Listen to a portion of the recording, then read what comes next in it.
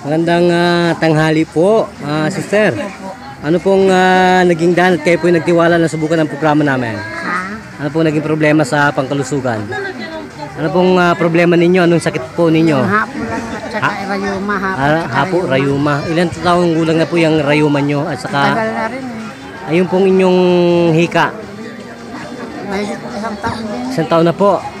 Ano po nangyari sa mga tableta ng inyong mga dalubasang doktor? Minsan nakalma, minsan naman Minsan nasumpong. hindi. Pag napapagod ako, sumpong. Eh ngayon po, nasana po yung pagsumpong? Wala. Bakit po ba nung nginat-ngat at sinipsip po ng beauty ninyo, ipakita po sa mundo? Yan po. Gano'n po ito kagaling na tanggalin ng inyong asma? Ha? Gano'n po kagaling yan?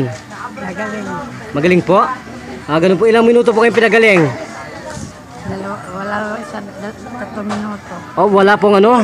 Wala pang 3 minuto. Wala pa 3 minuto. So, ibig po sabihin, talagang palaban ng TV4. At saka itong ating Kandungan Bayan at saka Lingkod Bayan Media ni kasamang Tony Falcon. Masaan po ba?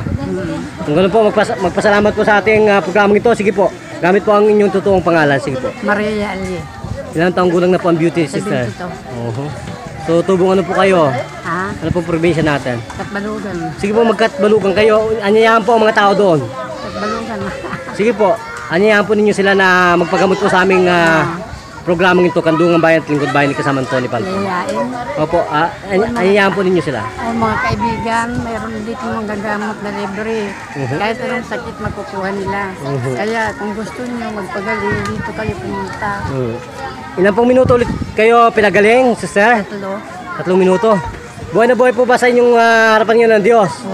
Kung ganun po, magpapaalam tayo.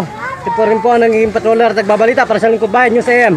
Sa talapitan po ng ating mga radyo. Bida ka, kasamang Tony Falcon, ikaw ang tunay na bida. Tagapagsalita lang po ang inyong abang lingkod. Thank you, Master Racos.